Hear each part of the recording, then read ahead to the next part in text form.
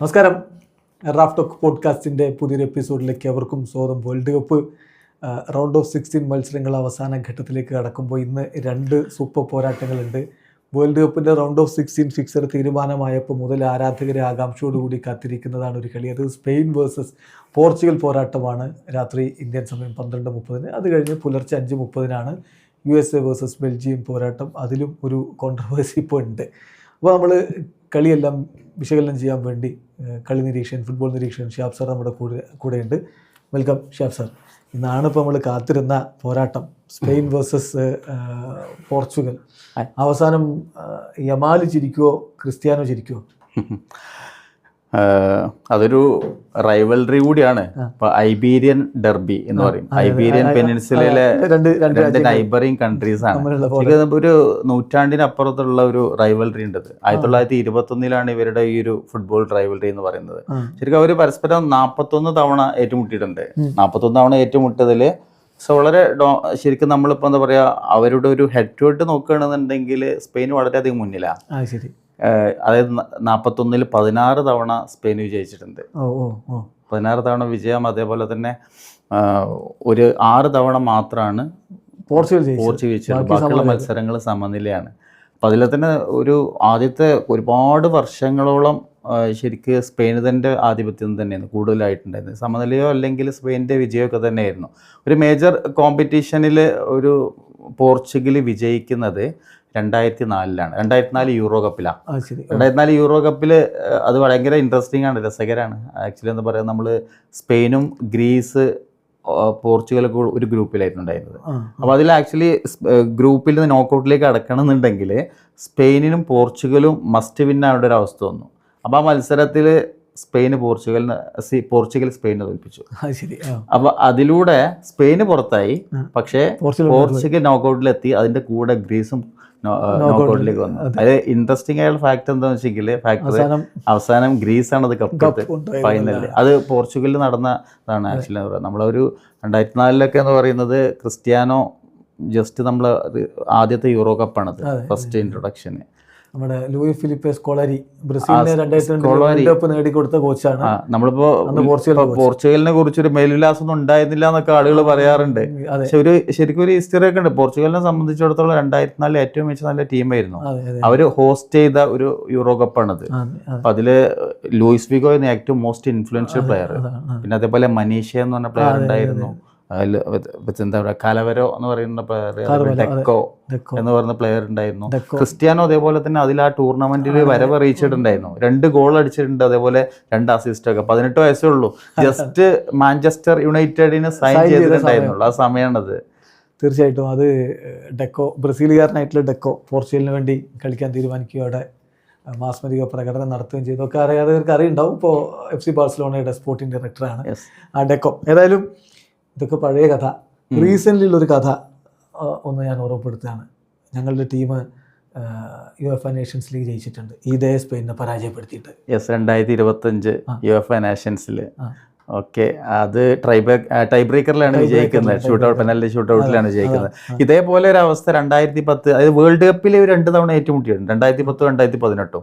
2018 world കപ്പിലാണ് Cristiano hat trick അടിച്ചത്. 2010 world cup Spain നേടിയ world cup. അപ്പം അതിൽ എന്താ പറയുക, ഇതേപോലെ തന്നെ പോർച്ചുഗല് ഇവർ തമ്മിൽ ഏറ്റുമുട്ടിയിട്ടുണ്ടായിരുന്നു. അന്ന് റൗണ്ട് ഓഫ് 16 ഒരൊറ്റ ഗോളിനാണെന്ന് സ്പെയിൻ വിജയിക്കുന്നത്. അപ്പം ആക്ച്വലി എന്താ പറയുക, ആ ഗോള്, ആ വേൾഡ് കപ്പിൽ ഒരേ ഒരു ഗോള് വഴങ്ങിയത് ആ റൗണ്ട് ഓഫ് 16 പോർച്ചുഗൽ. അങ്ങനെ ഗ്രൂപ്പിൽ ആരൊക്കെ ഉണ്ടായിരുന്നു അറിയോ? ബ്രസീൽ ഉണ്ടായിരുന്നു, സൗത്ത് കൊറിയ ഉണ്ടായിരുന്നു, അതേപോലെ മൊറോക്കോ ഉണ്ടായിരുന്നു. അപ്പോൾ ഈ കളികളിൽ, മറ്റുള്ള 2 കളികളിലും ഗോൾ രഹിത സമനില ഉണ്ടായിരുന്നത്. ബ്രസീലിനായിട്ടുള്ള കളിയിലും അതേപോലെ തന്നെ സൗത്ത് കൊറിയയാണ് മറ്റൊരു ടീം ഉണ്ടായിരുന്നത്. South Korean 7-0 തോൽപ്പിക്കുന്നത്. അവരെ പോർച്ചുഗലിൻ്റെ ഏറ്റവും വലിയ വിജയമാണത്. തീർച്ചയായിട്ടും. അപ്പോൾ നേഷൻസ് ലീഗ് കഴിഞ്ഞിട്ട് അധിക കാലമായിട്ടില്ല, ഒരു വർഷമേ ആയിട്ടുള്ളൂ. അന്ന് കട്ടക്ക് നിന്നതാണ് 2 ടീമുകളും. 2-2 സമനില. പിന്നെ ഷൂട്ടൗട്ടിൽ പോർച്ചുഗൽ കിരീടം ചൂടുകയും ചെയ്തു. അപ്പോൾ അതിൻ്റെ ഒരു ഓർമ്മകൾ എന്തായാലും ആരാധകരുടെ മനസ്സിലുണ്ട്. ഇന്നിപ്പം നമ്മൾ പഴയ കഥകൾ പറഞ്ഞിരിക്കുന്നതിൽ അർത്ഥമൊന്നുമില്ല എന്നറിയാം, എന്നാൽ പോലും നമ്മൾ പഴയ കാര്യങ്ങളൊക്കെ ഓർത്തു പോകും ടീമുകൾ തമ്മിൽ ഏറ്റുമുട്ടുമ്പോൾ. അപ്പോൾ ഇന്നത്തെ കളിയിലേക്ക് വന്നാൽ, ഇന്നലെ ഉനായ് സിമോൺ മാധ്യമങ്ങൾ കണ്ട സമയത്ത് പറഞ്ഞത് ക്രിസ്ത്യാനോയെ പെനാൽറ്റി ബോക്സിൻ്റെ ഏരിയയിലേക്ക് അടുപ്പിക്കരുത്, അതാണ് പ്രധാനമായിട്ടും സ്പെയിൻ ചെയ്യേണ്ട കാര്യമെന്ന്. ക്രിസ്ത്യാനോ തന്നെയാണ് ഇപ്പോഴും വലിയ ത്രെട്ട്. പെനാൽറ്റി ബോക്സിൽ ക്രിസ്ത്യാനോ റൊണാൾഡോ ഏത് സമയവും അപകടകാരിയാണ്, അത് യാതൊരു സംശയവുമില്ല.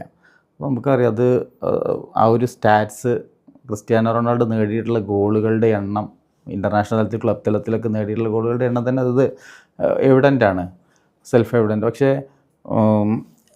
തീർച്ചയായിട്ടും ക്രിസ്ത്യാനോയുടെ ഇപ്പോഴത്തെ നിലവിലുള്ള ഫോമും അതേപോലെ തന്നെ ഏജും ഒരു ഫാക്ടറാണെന്ന് മാത്രമേ ഉള്ളൂ.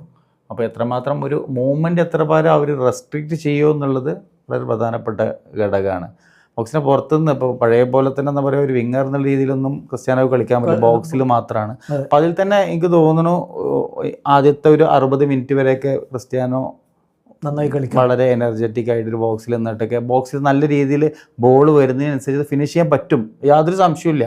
നമുക്ക് ഉസ്ബക്ക് മത്സരത്തിൽ നമുക്ക് കണ്ടതാണ്. പക്ഷേ ഇപ്പോഴുള്ള ഒരു വിഷയം എന്ന് പറഞ്ഞാൽ ഹാഫ് ചാൻസുകൾ ക്രിസ്ത്യാനോ എങ്ങനെ ഗോളുകളാക്കാൻ പറ്റും എന്നുള്ളതാണ്. കാരണം അതാണ് ഹാഫ് ചാൻസുകൾ ഒരു പക്ഷെ എന്താ പറയുക, ബോക്സിലേക്ക് വരുമ്പോൾ പല ബോളുകളും ചിലപ്പോൾ ഹൈ ആയിട്ട് വരുന്നുണ്ടാവാം, അല്ലെങ്കിൽ എന്താ പറയുക ചിലപ്പോൾ കുറച്ച് റിസ്ക് എടുത്ത് ചിലപ്പോൾ ഗോൾ അടിക്കേണ്ടതുണ്ടാവാം. ഇങ്ങനെയുള്ള കേസുകളൊക്കെ ക്രിസ്ത്യാനോ ഏത് ഷേപ്പിലാണുള്ളത് നമുക്ക് കണ്ടതാണ്. ക്രിസ്ത്യാനോയുടെ മനസ്സെത്തുന്നിടത്ത് ശരീരം എത്തുമോ എന്ന സംശയമാണ്. അത് നമ്മൾ ഈ ഗ്രൂപ്പ് സ്റ്റൈലൊക്കെ കണ്ടിരുന്നു, ചെറിയ വ്യത്യാസത്തിൽ ക്രോസ് പോയപ്പോൾ ക്രിസ്ത്യാനോ തന്നെ ചെറിയ വ്യത്യാസമാണ് കാണിക്കുന്നതും ഹെഡുകൾ അങ്ങനെ കറക്റ്റ് ആക്യുറസി വരാത്ത പോകുന്നതൊക്കെ കാണുന്നുണ്ട്. അത് സ്വാഭാവികമാണ്. പക്ഷെ ഇതിനോട് ക്രിസ്ത്യാനോ വളരെ കോൺഷ്യസ് ആണ്. ഞാൻ പഴയ ആ ക്രിസ്ത്യാനോ അല്ല.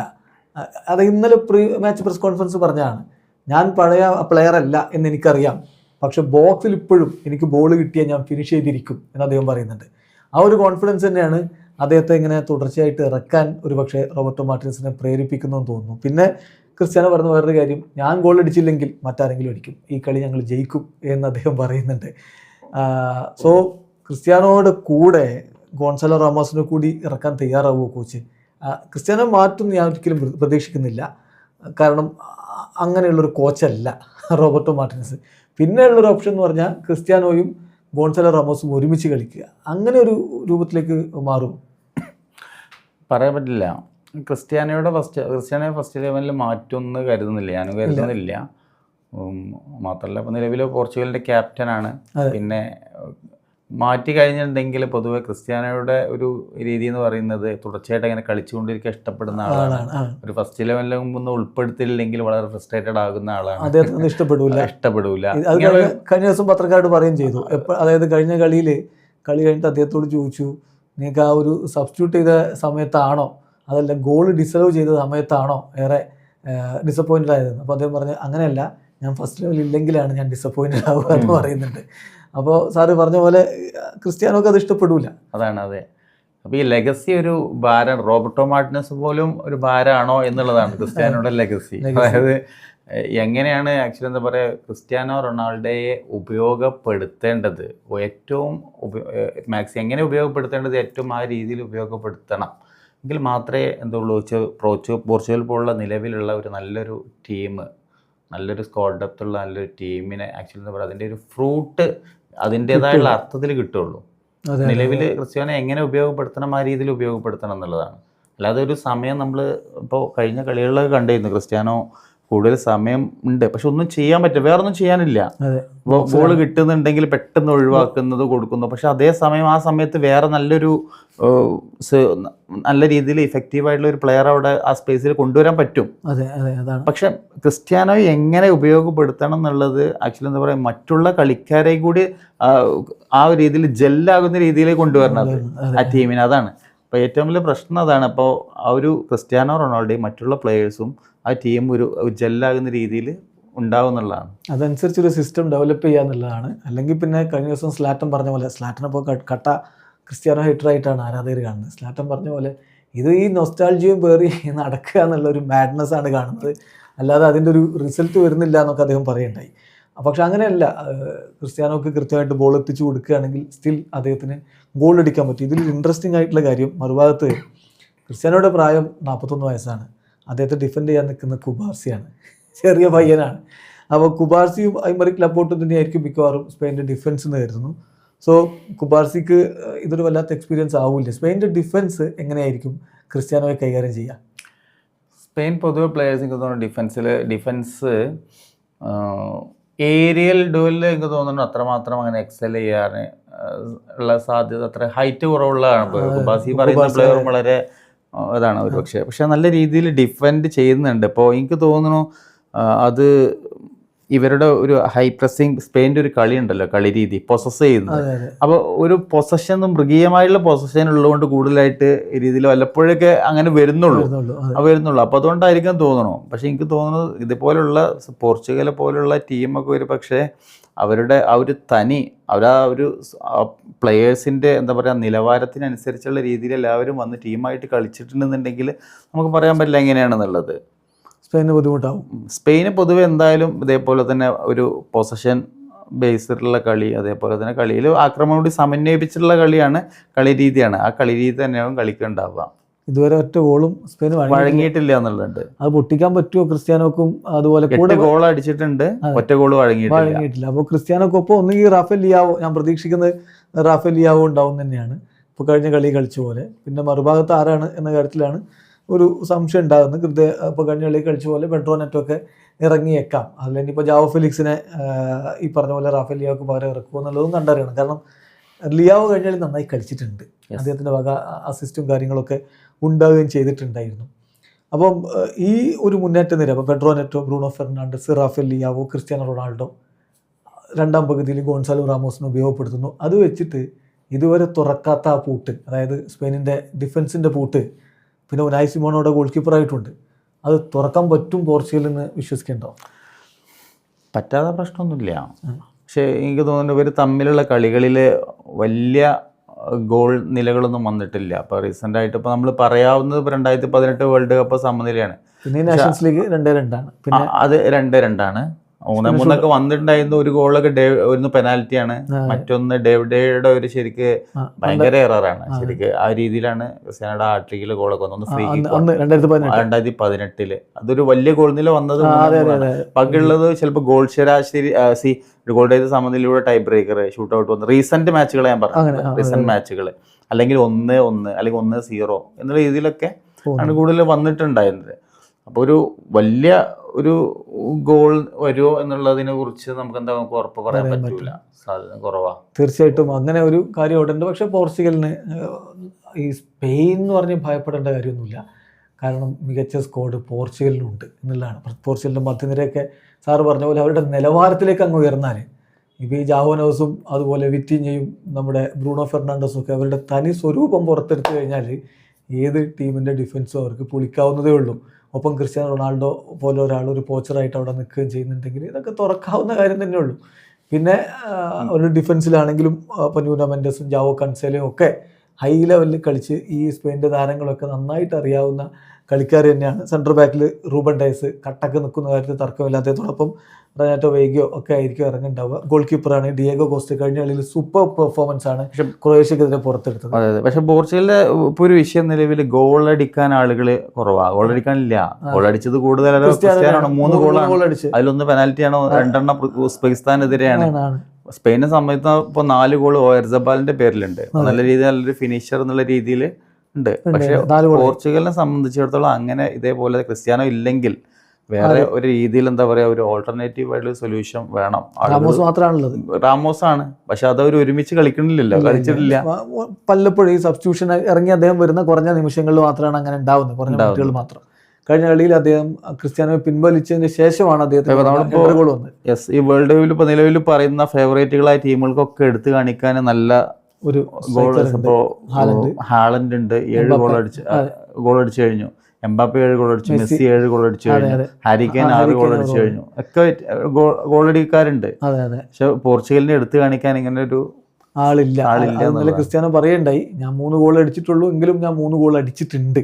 മറ്റുള്ളവർ കൂടുതൽ അടിച്ചു പറഞ്ഞാൽ അവർ എന്നെക്കാൾ നന്നായി കളിച്ചെന്ന് കൂട്ടിക്കോ, പക്ഷേ ഈ കളിയിൽ ഞാനോ അല്ലെങ്കിൽ മറ്റാരെങ്കിലും ഗോൾ അടിക്കും എന്ന് അദ്ദേഹം പറയുന്നുണ്ട്. അദ്ദേഹം അത് അവർ ചെയ്യുന്നു വിചാരിക്കും. പക്ഷേ പോർച്ചുഗൽ മികച്ച ടീമാണ്. നമ്മളിവിടെ ഒരു 11 ഇപ്പോൾ ഓൾറെഡി പറഞ്ഞല്ലോ, അത് ഏത് മേഖലയിലാണെങ്കിലും കിടിലൻ ടീമാണത്. മറുഭാഗത്ത് സ്വാഭാവികമായിട്ടും ഇപ്പം നമുക്കറിയാം ബാഴ്സലോണയുടെ ഗോൾ കീപ്പറെ പോലും അവർ കളിപ്പിക്കുന്നില്ല. കാരണം അത്രയും മികച്ച രൂപത്തിൽ ലീഗിൽ കളിച്ചിട്ടുള്ള ആളാണ്. ഉനായ് സിമോൺ അവർ വിശ്വസിച്ച് കാര്യങ്ങൾ ഏൽപ്പിക്കുന്നു. കുക്കറയും അതുപോലെ പോറപ്പ് കഴിഞ്ഞ കളി ഗോൾ അടിച്ചു. അദ്ദേഹത്തിൻ്റെ ആദ്യത്തെ അന്താരാഷ്ട്ര ഗോളാണത്. അതുപോലെ സെൻട്രൽ ബാക്കിൽ കുബാർസിയും ലപ്പോർട്ടും ഉണ്ടാവും. മധ്യനിരയിൽ റോഡ്രി, ഒൽമോ, പെഡ്രി, മുന്നേറ്റത്തിൽ Lamine Yamal, Oyarzabal, Alex ബെയ്ന. Super ടീമാണ്. എങ്ങനെ യമാലിനെതിരെ എന്തായിരിക്കും ഇപ്പോൾ പോർച്ചുഗലിൻ്റെ ഒരു തന്ത്രം? യമാലിന് കഴിഞ്ഞ യുവഫ നേഷൻസ് നമ്മൾ കണ്ടിരുന്നു. ആ സമയത്ത് വേണ്ട രീതിയിൽ പോർച്ചുഗൽ പൂട്ടിയിരുന്നു. വേണ്ട രീതിയിലുള്ള സ്വാതന്ത്ര്യം കിട്ടിയിട്ടാണ് കളിക്കാൻ. യമാലിനെ എനിക്ക് തോന്നുന്നു എങ്ങനെ ഹാൻഡിൽ ചെയ്യാന്നുള്ളതിനെ കുറിച്ചൊരു ധാരണ അവർക്ക് ഉണ്ടാവാൻ സാധ്യത ഉണ്ട്. പക്ഷെ എന്നാലും യമാൽ അന്നത്തെ യമാലല്ല എന്നുള്ള വ്യത്യാസമുണ്ട്. ഒന്നുകൂടി എക്സ്പീരിയൻസ്ഡ് ആണ്. എങ്ങനെയുള്ള പൂട്ടുകൾ പൊട്ടിക്കാന്നതിനെ കുറിച്ച് അന്നത്തെ സഭാകമ്പല്ല. ആ ഒരു സഭാകം, അന്നൊരു സഭാകമ്പം ഉണ്ടായിരുന്നു. അതുപോലെ തുടക്കമായിരുന്നു 17 വയസ്സുകാരനായിരുന്നു. ഇപ്പൊ ഒന്നുകൂടി എക്സ്പീരിയൻസ്ഡ് ആണ്. അപ്പൊ കുറച്ചുകൂടി അറിയാം. അപ്പോൾ യമാലിനെ തടയുക എന്നുള്ളതൊരു പ്രധാനപ്പെട്ട കാര്യമായിരിക്കും പോർച്ചുഗലിൻ്റെ ഭാഗത്ത് ചെയ്യാനുള്ളത്. ഒയർസബാളും ബെയ്നയും ലമീൻ യമാലും ഒപ്പം ഡാനി ഒൽമോയും. ഇത് പോരെ പോർച്ചുഗലിന് പണി കൊടുക്കാൻ? മതി. ഒയർസബാൽ നല്ലൊരു ഫിനിഷറാണ്, ഇപ്പോൾ ഇതിനകം തെളിയിച്ചിട്ടുണ്ട്. അതേപോലെ തന്നെ ഡാനി ഒൽമോ നല്ല രീതിയിൽ ആ ഒരു പെട്ടെന്ന് ഡേഞ്ചറസ് നല്ല മൂവ്മെൻ്റ് ആണ്. ആക്ച്വലി ഒന്നൊരു വിഗർ കൊടുക്കുന്നതാണ്. അപ്പോൾ ഞാൻ ആലോചിച്ചിട്ടുണ്ട് വെച്ചാൽ ഡാനി ഒൽമോ എന്തുകൊണ്ടാണ് ഫസ്റ്റ് 11 കൊടുക്കാതെ പലപ്പോഴും സബ്സ്റ്റിറ്റ്യൂട്ടായിട്ടുണ്ട് ഇറക്കുക. തുടക്കത്തിലൊക്കെ ഇറക്കുമ്പോൾ എനിക്ക് തോന്നുന്നു ഒന്നുകൂടി ഒരു വേഗത്തിൽ, എസ്പെഷ്യലി എന്താ പറയുക, ഇപ്പോൾ സ്പെയിനിന് നിലവിലിപ്പോൾ പഴയത് മാലെയുള്ള നമ്മൾ സെർജിയോ റാമോസൊക്കെ ഉണ്ടായിരുന്ന സമയത്ത് ഉണ്ടായിരുന്ന പോലെയുള്ള, അല്ലെങ്കിൽ നമ്മുടെ എന്താ പറയുക ബാഴ്സലോണ ഉണ്ടായിരുന്ന ഇനിയസ്റ്റ അല്ലെങ്കിൽ വിങ്ങുകളോട് കയറുന്ന പ്ലേയേഴ്സ് ഉണ്ടായിരുന്നല്ലോ, മെസ്സി കൂടെ. ഇതുപോലുള്ള പ്ലേയേഴ്സ് കുറവാണ്. അതേപോലെ അപ്പോൾ ഈ അപകടങ്ങൾ ഉണ്ടാക്കുന്ന അല്ലെങ്കിൽ പെട്ടെന്ന് എപ്പോഴും എന്താ പറയുക അവരുടെ ഫൈനൽ തേർഡിൽ ഡേഞ്ചർ ഉണ്ടാക്കുന്ന രീതിയിലുള്ള പ്ലേയേഴ്സ് ഉണ്ടാവും. മറ്റേത് വെറുതെ പൊസസ് ചെയ്ത് ഇങ്ങനെ കളിച്ചിട്ട് മാത്രം ഒരുപക്ഷെ എന്ന് പറയുന്നത് അവിടെ അവർക്ക് അത്രമാത്രം ഒരു ഭീതി ഉണ്ടാവണമെന്നില്ല. അപ്പോൾ ഇതേപോലുള്ള എപ്പോഴും വിഗറായിട്ടുള്ള ആക്റ്റീവായിട്ടുള്ള പ്ലേയേഴ്സ് അവിടെ ഉണ്ടാകുന്നത് എപ്പോഴും നല്ലതാണ്. മാർക്ക് ചെയ്യാനും എതിരാളികൾക്ക് ബുദ്ധിമുട്ടായിരിക്കും എന്നുള്ളതാണ് തീർച്ചയായിട്ടും. അപ്പോൾ സ്പെയിനിൻ്റെ ഒരു തന്ത്രം അത് തന്നെയായിരിക്കും. ഈ ബോൾ പൊസിഷൻ വെച്ചുകൊണ്ട് പോർച്ചുഗലിനെ ഫ്രസ്ട്രേറ്റ് ചെയ്യിക്കുക എന്നുള്ളത് തന്നെയായിരിക്കും അവർ ഉദ്ദേശിക്കുക. മധ്യനിരയിൽ ഒരു നല്ല പോരാട്ടത്തിന് സാധ്യതയുണ്ട്. Pedri, Rodri, Olmo. മറുഭാഗത്ത് വിറ്റീഞ്ഞ, ജാവനവസ്, ബ്രൂണോ ഫെർണാണ്ടസ്. മധ്യനിരയിലല്ലേ ഈ കളി ജയിക്കേണ്ടത്? സ്പെയിൻ ആയിരുന്നാലും പോർച്ചുഗലായിരുന്നു രണ്ടും മധ്യനിര വളരെ സ്ട്രോങ് ആയിട്ടുള്ള ടീമാണ്. ഇതിൽ നമുക്ക് നോക്കുകയാണെങ്കിൽ രണ്ടും ലോകോത്തര. ഇപ്പോൾ സ്പെയിൻ എന്ന് പറയുന്നത് ആക്ച്വലി ഒരു ബാഴ്സലോണയുടെ ഒരു ചെറിയ പതിപ്പായിട്ട് പോലെ നമുക്ക് കാണാം. റയൽ മാഡ്രിഡ് എന്നുള്ള പ്ലേയേഴ്സ് ആകെ കുക്കറയെ മാത്രമേ ഉള്ളൂ. പോർച്ചുഗൽ നോക്കുകയാണെങ്കിൽ എന്താ പറയുക, ഒരു എലൈറ്റ് പ്ലേയേഴ്സാണ്, യൂറോപ്പിലെ എലൈറ്റ് ക്ലബ്ബുകളിൽ കളിക്കുന്ന പ്ലേയേഴ്സാണ് ഉള്ളത്. അപ്പം മധ്യനിരയുടെ ഒരു ആക്ച്വലി എന്താ പറയുക കളിയെ മൊത്തത്തിൽ നിയന്ത്രിക്കുന്നത് മധ്യനിര തന്നെയായിരിക്കും എന്നുള്ളതിൽ ആരും സംശയമില്ല. കഴിഞ്ഞ മത്സരങ്ങളിൽ പോർച്ചുഗലിൻ്റെ മധ്യനിര അങ്ങനെ അങ്ങ് ഉയർന്നിട്ടില്ല ഫോമിലേക്ക്. എനിക്ക് തോന്നുന്നു ഈ ഒരു സ്പെയിനിൽ കളിക്കുമ്പോൾ റീസെൻ്റ് ആയിട്ടുള്ളത് പൊതുവേ കണ്ടിട്ടുള്ളതാണ് കേട്ടോ. അപ്പോൾ റീസെൻ്റ് സ്പെയിൻ പോർച്ചുഗൽ കളിക്കുമ്പോൾ നമ്മളിപ്പോൾ ഇന്ത്യ പാകിസ്ഥാൻ ക്രിക്കറ്റൊക്കെ കളിക്കുന്ന അതേപോലെ ബ്രസീൽ അർജൻറ്റീന ഒക്കെ കളിക്കൂലേ. പക്ഷെ അതൊരു ഹെൽത്തി ആയിട്ടുള്ള ഫ്രണ്ട്ലി ആയിട്ടുള്ളതാണ്. വേറെ രീതിയിലുള്ള ഇതിലേക്കൊന്നും പോകാറില്ലെങ്കിൽ കൂടി പക്ഷെ എപ്പോഴും ഒരു വാശി ഉണ്ടാവാറ് കളിക്കുമ്പോൾ നല്ല രീതിയിൽ പരസ്പരം ഉണ്ടാവാറുണ്ട് എന്നുള്ളതാണ്. അപ്പോൾ അത് ഞാൻ പറഞ്ഞു ആക്ച്വലി ഹെഡ് ടു ഹെഡിൽ ഇപ്പോൾ സ്പെയിൻ കുറേ ആയിട്ട് ചെയ്യുന്നത്. പക്ഷെ റീസെന്റ് മാച്ചുകളിലൊക്കെ വളരെ ക്ലോസ് ആണ്. പോർച്ചുഗലും ജയിക്കുന്നുണ്ട്. അതേപോലെ അങ്ങോട്ടും ഇങ്ങോട്ടൊക്കെയുള്ള ക്ലോസ് കോണ്ടസ്റ്റുകളൊക്കെ വരുന്നുണ്ട് എന്നുള്ളതാണ്. അപ്പോൾ തീർച്ചയായിട്ടും ഇവർ പരസ്പരം കളിക്കുമ്പോൾ ഒരു വാശി അല്ലെങ്കിൽ ഒരു സ്വാഭാവികമായിട്ടും പോർച്ചുഗൽ ഉയരാറുണ്ട്. ഇന്നും അതേപോലെ തന്നെ ഉണ്ടാവും എന്ന് എനിക്ക് തോന്നുന്നു. അതാണ് ഞങ്ങൾ പറയാറുള്ളത്. ഞങ്ങളുടെ ക്രിസ്ത്യാനോ വന്നതിന് ശേഷമാണ് പോർച്ചുഗൽ ഒന്ന് ഉഷാറായത് എന്നുള്ളത്. റീസെൻ്റ്ലി നിങ്ങൾ ആ റിസൾട്ട് കാണുന്നില്ലേ? ഏതായാലും ഇതിൽ രണ്ട് ടീമും കട്ടക്ക് നിൽക്കുന്ന ഒരു സൂപ്പർ പോരാട്ടമായിരിക്കും, കാര്യത്തിൽ തർക്കമില്ല. ഒരു ഫൈനലി ഇതൊരു ബുദ്ധിമുട്ടേറിയ ചോദ്യം എനിക്കറിയാം. ആര് ജയിക്കും? ഡയറക്റ്റായിട്ട് ജയിക്കും, വേറെ വളച്ചുകെട്ടിലൊന്നുമില്ല. ആര് ജയിക്കും? വിൻ പ്രഡിക്ഷൻ ഒക്കെ എനിക്ക് തോന്നുന്നു സ്പെയിനിന് അനുകൂലമാണ് പറയുന്നത്. അങ്ങനെയാണ്. പ്രഡിക്ഷൻ എന്ന് പറയുന്നത് ടഫായി വെച്ചെങ്കിൽ എന്താ പറയുക, ഇപ്പോൾ റീസെൻ്റ് ആയിട്ട് നമ്മൾ റിസൾട്ടൊക്കെ നോക്കുകയാണെന്നുണ്ടെങ്കിൽ ഒരു അഡ്വാൻറ്റേജ് നോക്കുകയാണെങ്കിൽ ഇപ്പോൾ സ്പെയിനിന് ഇപ്പോൾ അവരുടെ ഹെഡ് ടു ഹെഡിൽ അഡ്വാൻറ്റേജ് എന്ന് പറയാം. പക്ഷേ റീസെൻറ്റ് മാച്ച് നോക്കുകയാണെന്നുണ്ടെങ്കിൽ വളരെ ക്ലോസ് ആയിട്ട് ചില മാച്ചുകളിൽ അവർ ജയിച്ചിട്ടുണ്ട്. അപ്പോൾ നമുക്ക് വേൾഡ് കപ്പാണ്, ഒരു നോക്കൗട്ട് സ്റ്റേജാണ്. ഒരു നേരിയ മാർജിനിൽ എനിക്ക് തോന്നുന്നു സ്പെയിൻ ജയിക്കുന്ന തോന്നുന്നത്, ഒരു ഗോളിനൊക്കെ മാർജിനിൽ ജയിക്കുന്ന തോന്നുന്നത്. ശരിയാണ്. അപ്പം എനിക്കും ഇതിൽ പറയാനുള്ളത്, എൻ്റെ തലച്ചോറ് പറയുന്നത് സ്പെയിൻ ജയിക്കുന്നതാണെങ്കിലും ഹൃദയം പറയുന്നത് പോർച്ചുഗൽ ജയിക്കുന്നതാണ്. പോർച്ചുഗൽ ജയിക്കണമെന്നേ, കാരണം ഇപ്പം ബ്രസീൽ പോയി, നമ്മുടെ നാട്ടിൽ ആവേശം കുറേ അങ്ങനെ പോയി. ഇനി പോർച്ചുഗലും കൂടി പോയി കഴിഞ്ഞാലേ അതൊരു കിട്ടൂല. അതുകൊണ്ട് പോർച്ചുഗൽ ജയിക്കണം, ക്രിസ്ത്യാനോ ഗോളടിക്കണം, അതാണ് ഞാൻ ആഗ്രഹിക്കുന്നത്. ഇനി നാളെ പുലർച്ചെ ബെൽജിയം വേഴ്സസ് USA കളിയുണ്ട്. ഒരു വിഷയം വല്ലാതെ വിവാദമായി പോയി. ബലോഗന് കഴിഞ്ഞ കളിയിൽ റെഡ് കാർഡ് കിട്ടി. അത് ഒരു ഹാഷ് റെഡ് കാർഡായിരുന്നു എന്നുള്ള അഭിപ്രായം എല്ലാവർക്കും ഉണ്ട്. പക്ഷെ അത് ഫിഫ ഇപ്പം സസ്പെൻഡ് ചെയ്തിരിക്കും. അതായത് ഈ റെഡ് കാർഡ് സസ്പെൻഡ് ചെയ്തു, 1 വർഷത്തെ പ്രൊബേഷൻ. ഇനി വീണ്ടും ആൾ ഇത് ചെയ്തെങ്കിൽ മാത്രമാണ്, അതായത് ഇതേപോലെയുള്ള ഫോളോ ചെയ്തെങ്കിൽ മാത്രമാണ് അത് ആക്റ്റീവ് ആവുള്ളൂ എന്നാക്കിയിട്ട് കളി ബെൽജിയത്തിന് എതിരെ കളിക്കാം എന്നാക്കിയിട്ടുണ്ട്. അപ്പോൾ ഇതിൽ അത് കഴിഞ്ഞ ഉടനെ തന്നെ ഡൊണാൾഡ് ട്രംപ്, അതായത് USA പ്രസിഡന്റ്, ട്രൂത്ത് എന്ന് പറയുന്ന അദ്ദേഹത്തിൻ്റെ സോഷ്യൽ മീഡിയ പ്ലാറ്റ്ഫോം ഉണ്ട്, അതിൽ ഫിഫക്ക് നന്ദി, താങ്ക് യു ഫിഫ എന്നൊക്കെ പറഞ്ഞ് നിങ്ങൾ ഈ അനീതി തിരുത്തിയിട്ടുണ്ട് എന്നൊക്കെ പറഞ്ഞു. വൈറ്റ് ഹൗസ് അതെടുത്ത് ഷെയർ ചെയ്യുന്നത് കണ്ടു. സോ പൊളിറ്റിക്കൽ ഇൻഫ്ലുവൻസ് പച്ചയായിട്ട് നടത്തുക, അതിനെപ്പറ്റി എന്ത് പറയുന്നു? അല്ല, ഇങ്ങനെ ഒരു ഇടപെടലുണ്ടെങ്കിൽ അതൊരു ഡേർട്ടി ഇൻ്റർവെൻഷനാണ്, യാതൊരു സംശയമില്ലല്ലോ. പക്ഷെ അതെനിക്ക് ഒരു വേൾഡ് കപ്പിൽ ഒരു തമാശയായിട്ട് തോന്നില്ല. ഞാൻ പറഞ്ഞില്ല, നമ്മളിപ്പോൾ പ്രാവശ്യത്തെ ഫൗളുകളെ സംബന്ധിച്ചിടത്തോളം ഒരു ഹൈ ത്രഷോൾഡ് വെച്ചിട്ടുണ്ട്. അതായത് പല നല്ല ഫൗളുകളൊന്നും പരസ്പരം റഫറി വിളിക്കാത്ത രീതിയിൽ അങ്ങനെ തന്നെ പോകാനാണ്, ഒരു കളിയുടെ ഫ്ലോ രീതിയിൽ പോകാൻ വേണ്ടിയിട്ടാണ്. പക്ഷെ ചില സമയത്ത് നമ്മൾ നോക്കുമ്പോൾ ചില റെഡ് കാർഡുകൾ കൊടുത്ത് നോക്കുമ്പോൾ വളരെ ചൈൽഡിഷായ രീതിയിൽ നമുക്ക് തോന്നിപ്പോകും. സ്ട്രൈറ്റ് റെഡ് കാർഡിന്റെ കാര്യമാണ് പറയണത്. സ്ട്രൈറ്റ് റെഡ് കാർഡൊക്കെ കൊടുക്കുന്നത് അത് അങ്ങനെ കൊടുക്കാൻ മാത്രം ഉണ്ടോ എന്നുള്ള രീതിയിലേക്കും തോന്നാറുണ്ട്. പലപ്പോഴും അത് വാറിലൂടെ ഒക്കെ കൊടുക്കുന്നതാണ്. എന്നാൽ ചിലപ്പോൾ അതിലേറെ ചില ടാക്കിലും ചിലപ്പോൾ ഫൗള് പോലും വിളിക്കാത്ത അങ്ങനത്തെ രീതിയിൽ അങ്ങനെ ഉണ്ടാവാറുണ്ട് എന്നുള്ളതാണ്. അപ്പം എനിവേ ഇത് ബലോഗൺ എന്ന് പറയുന്നത് സ്ട്രൈറ്റ് റെഡ് കാർഡാണ്. പക്ഷെ അത് ഇന്റൻഷനലി ചവിട്ടിയൊന്നും അല്ല, റെഡ് കാർഡിന് ഉണ്ടോ എന്നുള്ള സംശയമാണ്. ഓക്കെ, എനിവേ അതൊരു പൊളിറ്റിക്കൽ ഒരു ഇൻഫ്ലുവൻസ് വരുമ്പോൾ ഒരു വിഷയം തന്നെയാണ്. അങ്ങനെ ഉണ്ടെങ്കിൽ ആക്ച്വലി അതൊരു ഡേർട്ടി ആയിട്ടുള്ള ഒരു പരിപാടിയാണ്. അതാണ് ഇപ്പം ഇന്നലെ റൂഡി ഗാർഷ്യ അവരുടെ കോച്ച്, നമ്മുടെ ബെൽജിയത്തിന്റെ കോച്ച് പറഞ്ഞത്. ഇതിപ്പം ജൂലൈ 5 ഇന്നലെയാണ് അദ്ദേഹം പറഞ്ഞത്, ജൂലൈ 5 ജൂലൈ 5 അതോ April 1 എന്ന് എനിക്ക് തോന്നിപ്പോയി. ഫിഫയുടെ ഒരു ഏപ്രിൽ ഫുൾ പരിപാടി പോലെയാണ് തോന്നിയത്. നമ്മൾ ഡിഫെൻഡ് ചെയ്യുന്നത്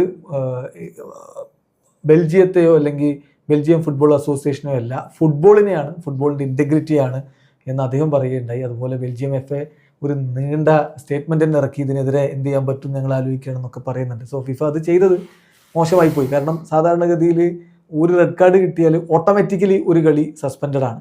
അതിൻ്റെ അപ്പുറത്തേക്ക് ഉള്ള സസ്പെൻഷൻ കൊടുക്കുമ്പോഴാണ് അത് ഈ രൂപത്തിൽ ചിലപ്പോൾ ഇങ്ങനെ മാറ്റിവെക്കുക, പ്രൊബേഷനൊക്കെ വെക്കുക. ഇപ്പോൾ ക്രിസ്ത്യാനോയുടെ കാര്യം ഇത് പറഞ്ഞിട്ട് പലരും തൂക്കം ഒപ്പിക്കാൻ വേണ്ടി നോക്കുന്നുണ്ട്. ക്രിസ്ത്യാനോക്ക് 3 മത്സരങ്ങളുടെ ഒരു ബാനാണ് കൊടുത്തത്. അതായത് ആ ഒരു ഫൗള് വന്നതിൻ്റെ പേരിൽ ഒരു കളി ഓട്ടോമാറ്റിക്കലി ആവുന്നു, ബാക്കി പിന്നെ ഡിസിപ്ലിനറി കമ്മിറ്റി തീരുമാനിച്ചു 3 കളിയിൽ നിന്ന്. അപ്പോൾ ആ 2 കളികളുടെ ബാനാണ് സസ്പെൻഡ് ചെയ്തത്. അല്ലാതെ ഓട്ടോമാറ്റിക്കലി ആയിട്ടുള്ള ഒരു മാച്ചിൻ്റെ ബാന് സസ്പെൻഡ് ചെയ്യപ്പെട്ടിട്ടില്ല. അപ്പോൾ അത് പറഞ്ഞ് തൂക്കം ഒപ്പിക്കണ്ട. ഇവിടെ ഇത് ആ ഒരു കളിയുടെ ഓട്ടോമാറ്റിക് ബാന് പോലും സസ്പെൻഡ് ചെയ്യപ്പെട്ടു എന്നുള്ളതാണ് അതിലെ പ്രശ്നം. എന്തായാലും ഇങ്ങനെയൊക്കെ ഒരു പെട്ടെന്ന് അതിലേക്ക് ലോകം മുഴുവൻ കോൺസെൻട്രേറ്റ് ചെയ്യുന്നൊരവസ്ഥ ആ കളിയിലേക്ക്. അതുകൊണ്ട് ആര് ജയിക്കും ഈ ഒരു കളി? Belgium versus USA. Belgium versus USA. ഇപ്പോൾ നിലവിലിപ്പോൾ ഹോസ്റ്റിംഗ് നാഷൻ മുമ്പ് കാനഡയും മെക്സിക്കോയും പുറത്തായി കഴിഞ്ഞു. മെക്സിക്കോ നല്ലൊരു കളി കളിച്ചിട്ടാണ് പുറത്തായിട്ടുള്ളത്, ഒരു ക്ലാസിക് മാച്ചിലൂടെ പുറത്തായിട്ടുണ്ട്. ഇനിയിപ്പോൾ USA മാത്രമാണ് അവിടെ അവശേഷിക്കുന്നത്. USAക്കുള്ള ഒരു അഡ്വാൻറ്റേജ് നേരത്തെ പറഞ്ഞ പോലെ ഇപ്പോൾ മെക്സിക്കോ ഇങ്ങനെ കളിച്ചത് എന്നുള്ള പോലെ തന്നെ ആ ഒരു കോൺഫിഡൻസിലാണ് നിലവിൽ കളിക്കുന്നത്. ഒരു പ്രകടനം തന്നെ നല്ല രീതിയിൽ തന്നെയാണ് കളിച്ചുകൊണ്ടിരിക്കുന്നത് കഴിഞ്ഞ കളികളിലൊക്കെ, നോക്കൗട്ട് സ്റ്റേജിലൊക്കെ. സോ അവരുടെ ബെൽജിയമായിട്ട് കളിക്കുമ്പോൾ എനിക്ക് തോന്നുന്നു ബെൽജിയം കളി നമ്മൾ നോക്കുകയാണെന്നുണ്ടെങ്കിൽ ബെൽജിയം പഴയ പോലുള്ള നിരയൊന്നുമില്ല. ഓക്കെ, എനിക്ക് തോന്നുന്നു ഒരു തുല്യ ശക്തികളുടെ ഒരു മത്സരമായിട്ട് എനിക്ക് പോരാട്ടം പോലെ അങ്ങനെ തന്നെയാണ്. ജയിച്ചു വരുന്നത് ആരാണെന്ന് ചോദിച്ചിട്ടുണ്ടെന്ന് എനിക്ക് തോന്നുന്നു USA ഒരു കോൺഫിഡൻസോട് കൂടിയിട്ടാവും കളിക്കുന്നുണ്ടാവും. നല്ല ടീമുമാണ്. മേ ബി USA ജയിച്ച് കയറാം എന്നെനിക്ക് തോന്നുന്നുണ്ട്. USA ജയിക്കാനുള്ള സാധ്യത അവിടെയുണ്ട്. നല്ല ടീമാണ്. ബലോഗൻ കൂടി അവർക്ക് വേണ്ടി അതിപ്പോൾ ഫെയർ ആയിട്ടോ അൺഫെയർ ആയിട്ടോ എന്തോ ആട്ടെ അദ്ദേഹം കൂടി കളിക്കാനുണ്ടാവുമ്പോൾ അത് അവർക്ക് ഗുണം ചെയ്യും. അതാണ് സാറിൻ്റെ ഒരു പ്രഡിക്ഷൻ. USA വിജയിക്കുന്നതാണ്. ഏതായാലും കൂടുതൽ വിശകലനങ്ങളായിട്ട് നമുക്ക് നാളെ കാണാം.